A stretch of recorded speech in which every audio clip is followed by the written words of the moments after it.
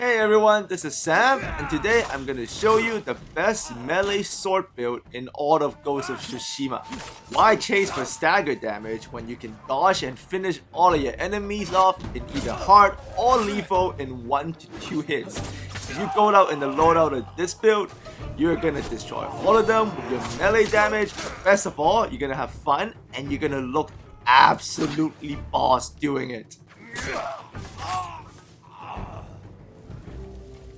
So if you enjoyed today's tutorial, please share and like, and if you would like to see more Tsushima tutorials, just make sure to subscribe.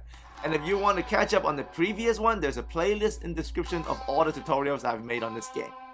So a lot of you have been asking me to make use of the Ronin or the Sakai armor, and this is the way to do it. So in this build you can use the Ronin or Sakai, but let me show you the Ronin armor first because we're going to take advantage of that 30% melee damage buff with these charms. Alright, so this is the max version, there's a lesser version later, but if you go with this version, essentially what you're chasing is incredible melee damage. And you're chasing for the chance, because of the Charm of Fortunes and the double damage, to have insane melee damage, where you can even finish off enemies with one hit on hard. Now let's first take a look at this build on lethal, and you can see when you are on this loadout, you have to chase for melee damage. So you're not going to touch triangle at all. You're going to dodge melee hits whenever they're available. So you're gonna dodge to hit on every encounter because that's the best way to have access to all of your melee buffs. Remember, your damage, sure, is buffed, but it's your melee damage that is extremely buffed. So do not use staggered hits unless you have to. Just throw melee hits 90% of the time. This is because if you can dodge successfully, 2 melee hits max. And if it's on lethal, a lot of the time it's just 1. But on hard, which I'll show you later, this is also very quick hitting. So you can see, especially you want to do the delayed strike from your techniques. Delayed strike on this is OP because there's also bonus to melee hits on delayed strike. So here I have tap square and I'm holding onto it to trigger the delay strike, and there's a 1-hit KO almost every time. Now here's some footage on hard mode. As you can see, we're chasing for dodge melee damage. So that's what you're gonna do. You have to apply the same dodge to melee tactic. If you don't do that on this build, you're not gonna get the full effect, and you're kind of wasting efficiency. But you can see that's a one-shot kill of the dodge perfect finish. There's more dodges. This is on hard, and that's just 2 hits. 2 hits on hard is devastating. And remember, these are just melee hits. 3 melee hits on a spear guy on hard is not easy to achieve, and some of the time it's just 2. You can see here again, 1, 2, it's over. This is still on hard mode where the enemy can take an insane amount of damage, and you can see our swordsman's build basically chasing nothing, in melee through dodging. It's extremely effective, and this is awesome because Ronin armor looks great. The Sakai armor also looks great, and here you can see me on hard mode with the same charms. I've actually compared the Ronin buff and the Sakai buff. It's the same. The melee buffs are just too strong on either one, but if you want more help, you can use the Sakai. If you like to sneak more, use the Ronin. If you want to do standoffs, use the Sakai. It's up to you. But you can see here I am using the Sakai armor on lethal mode, but you see this version is the weaker version because I'm not using the Charm of Inari here as the melee buff. I'm only using the very basic Charm of Ferocity, but you can see even with that, it's still very quick to finish, especially on lethal. On hard, you're likely going to need a harder hitting melee charm, but by this time you probably have the Charm of Inari already. You can see it's still a 1-hit kill with a weaker charm on lethal. Obviously, you're going to hit harder on lethal mode with this build, but dodging is key on lethal because unlike hard, where you can take 3 hits, if you use this build on lethal, you better dodge very well, because if you get hit once, you're gonna go down. But the reward is you get these beautiful and aesthetically pleasing, just one-shot kills off melee hits. It feels different. Trust me, put this build on, especially if you're a little bit early game or into the late game, and you've been using my other builds. You put this on, you're really gonna feel like a boss samurai. Look at that dodge. That is such a satisfying kill.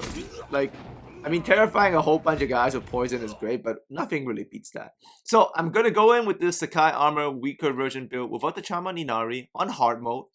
Spoiler warning ahead, so I'm gonna test it with the last mission, so if you don't need any spoilers, you can stop the video right now, alright? So this is a hard mode duo, and this is actually a very interesting duo build because you see what I'm doing here is I'm purposely doing nothing but melee hits while not using anything else. I'm not going to do Heavenly Strike. I went with no resolve anyways.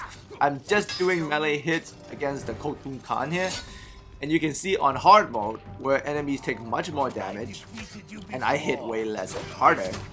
This is over. That was it.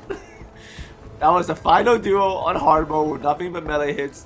That's how really devastating this build really is on hard or lethal, especially lethal, but on hard where you're supposed to hit lighter. It doesn't really matter because of all of these statistics buffs you're getting. Sure, it's a gamble, it's a little bit of a dice roll, trying to get that, you know, insane double damage, but it's a 50% dice roll, and you're gonna be swinging your melee hits a ton anyways. So if you get that triggered, they're not gonna survive. Dodge, look at that, one! Dodge, oh, one hit finish on a leader off a perfect dodge on hard. That's something else. And that's why this build is so good.